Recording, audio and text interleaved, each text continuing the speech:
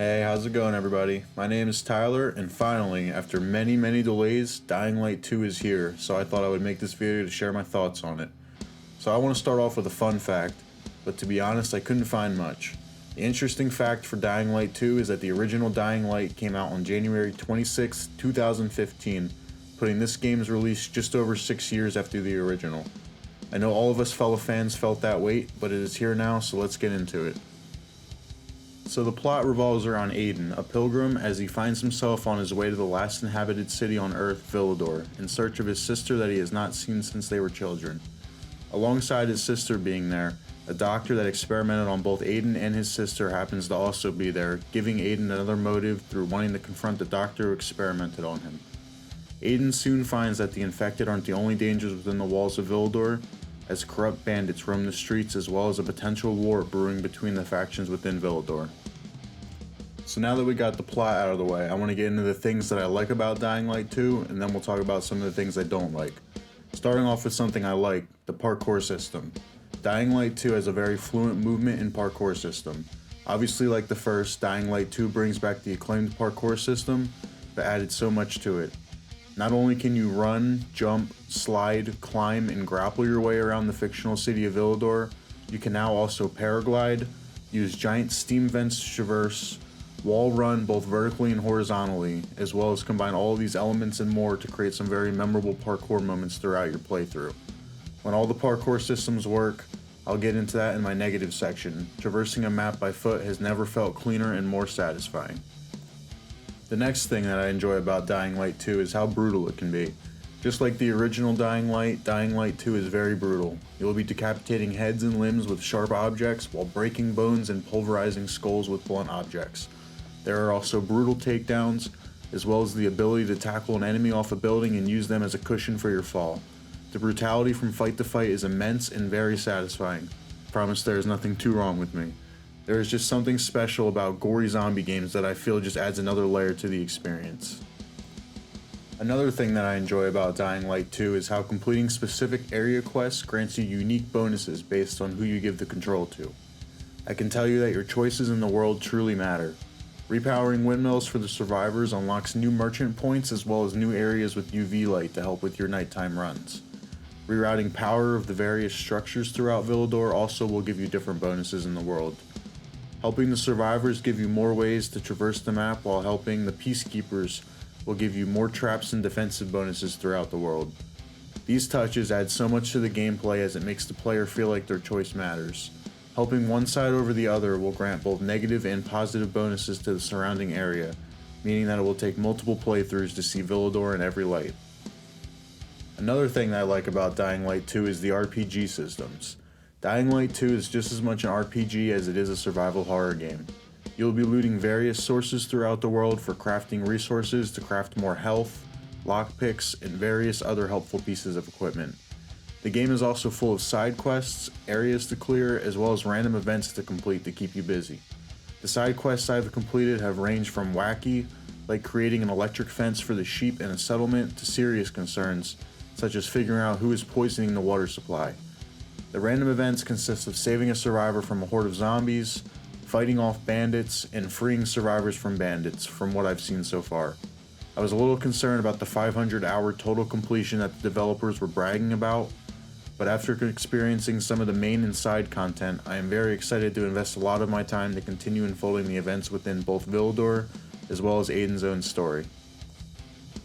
Another positive for Dying Light 2 is Villedor itself. The environment is rich with storytelling and things to do. Seeing man-made structures hastily put together shows a society that quickly collapsed with no time to truly prepare. Abandoned farms on the rooftops show that Villedor was once a much higher populated area, now seemingly lost to the population of the undead. The environment is so immersive and massive, it really begins to be the shining point of Dying Light 2. I have played many open world games throughout my time as a gamer, but Villedor is quickly becoming one of my favorites. The world just feels so lived in, and it's so massive as well. I've been playing for about 7 to 8 hours, and I have only ventured into a small portion of Villedor. Everything I have seen I have loved, and I cannot wait to re-explore some of the areas when I become a higher level and have the recommended equipment and abilities. The final thing that I really like about Dying Light 2 is the combat system. The reason I'm discussing this last is because the game is very bare bones with the combat system in the beginning, but once you start unlocking some abilities and really getting comfortable with the controls, another topic I'm going to discuss, the combat can be a very satisfying time. Parrying a bandit's attack to jump over him and dropkick the enemy behind him into a wall of spikes is just so satisfying. I was a little taken back from the combat from a combination of the controls and lack of abilities, but now that I am more comfortable with the controls and unlocked a few more abilities, I can say that the combat can be very fun. So now that we talked about everything that I liked about Dying Light 2, let's talk about some of the problems I have with the game, starting off with the controls. So this is a very minor gripe, but a gripe nonetheless. The controls are very strange in order to fit all the different moves and abilities that you acquire over your time throughout the game. There were many moments, especially in combat, where it matters the most, where I would hit the wrong button and miss a jump, miss a parry, miss a dodge, and it can be very frustrating. Fortunately, within about 1 to 2 hours you're relatively adjusted, but I can see players who take a long hiatus from the game as well as new players struggling because of the strange controls. Another thing that I don't like about Dying Light 2 is how basic it can be in the beginning. At the beginning you are very limited with what you can do. Only able to do light attacks, jump, climb, and dodge makes the beginning of the game a little slow. This is especially hard if you just came off of the original Dying Light, as you had a very large pool of abilities to choose from when dispatching enemies or traversing from one area to the next. Although there are plenty of cool abilities unlocked throughout the story, it still comes off as a little undercooked when the beginning is as bare bones as this game's is. I think a combination of not quite having a mastery of the controls combined with the limited abilities you start off with may throw some players off a little bit. The next thing I dislike about Dying Light 2 is how quickly your stamina depletes early on. Without getting into spoilers, even though it happens within the first hour of gameplay, something happens to your character that makes his stamina bar very low at the start. It is almost too low to want to parkour around certain places, as you will most likely just fall off and get hurt or possibly die. This is very frustrating, as a game that is very focused on parkour does not allow you to parkour the way you'd like to early on. There have been plenty of situations where I'm either parkouring away from a chase or just parkouring for the fun of it, and I hesitate while holding on to something and I end up not having enough stamina and fall from whatever I was holding on to. Fortunately, there are perks early on that allow you to move faster as well as hold on while you're out of stamina, but it is still very frustrating how quickly your stamina depletes. Another problem that I have with Dying Light 2 is the stealth mechanics. I'm not sure if it's a glitch or if it's intentional, but it seems like the stealth sometimes breaks a little. Crawling under tables where I should be invisible with zombies patrolling around sometimes still spot me, and when you are in a tight spot, that could be your downfall. I'm sure with a bit of tuning the stealth will be improved, but these situations are aggravating when there's nothing you can do to stay out of sight. Another issue I have with the game is with Aiden as a character. For some this won't be an issue, but I've just had a hard time connecting with the main character. The story has been engaging and fun so far, but I feel that Aiden falls below a few of the other notable supporting characters. I haven't gotten very far throughout the story, but I do hope as the story progresses, we as players can connect more with Aiden, because I think that would heavily help out the narrative. Maybe it's the simplicity of the beginning that makes Aiden feel a bit dumbed down, but hopefully as we start unlocking more unique abilities, we will feel more like we were inside the shoes of the main protagonist. Another thing I don't like about Dying Light 2 is the implementation of an area-based leveling system. I feel like this form of trying to keep players out of late game areas is a bit outdated.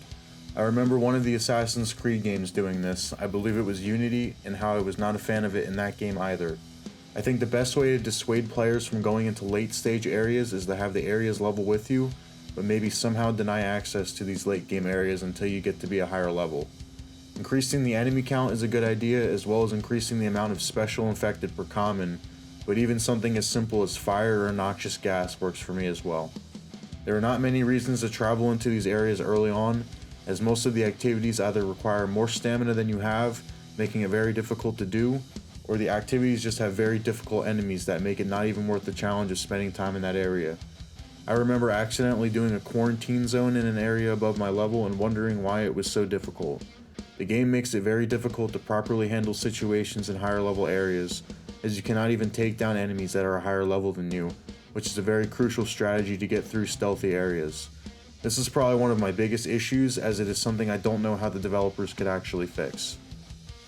The final issue I have with Dying Light 2 is the parkour system.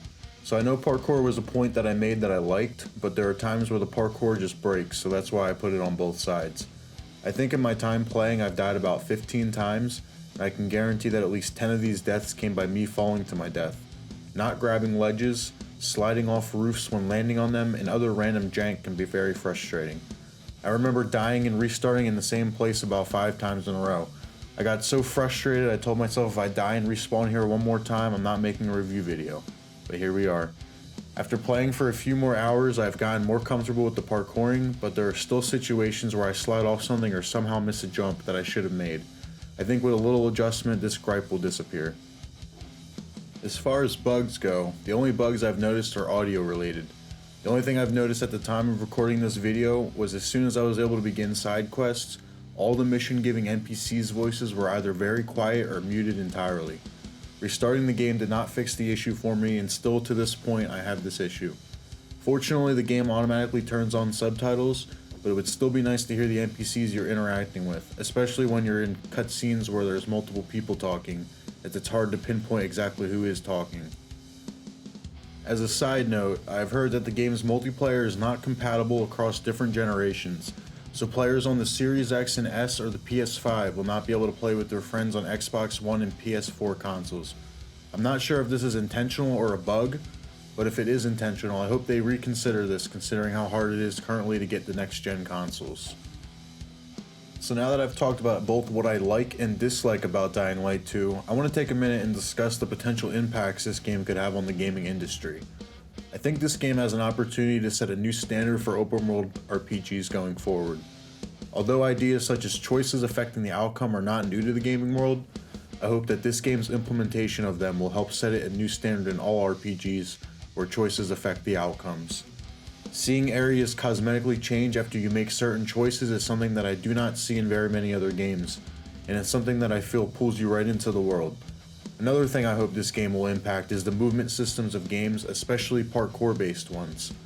There are not many games that give you the freedom of motion quite like the Dying Light games do, so it would be really nice to see some more games implement their own versions of a parkour system.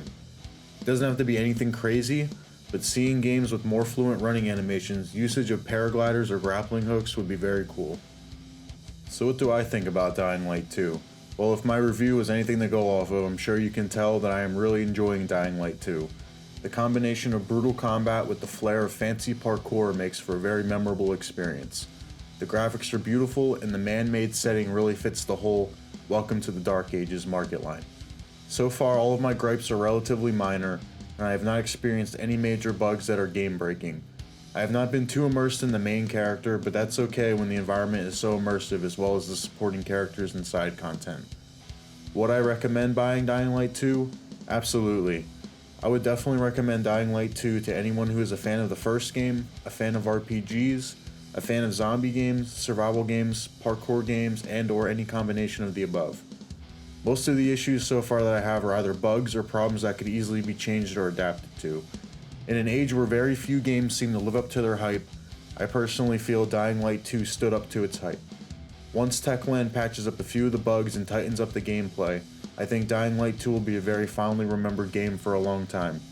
But what do you think of Dying Light 2 so far? If you enjoyed my video, please like and subscribe. I would love to have you on the journey. Please feel free to add your opinions on Dying Light 2 in the comments below, and until next time, have a great day.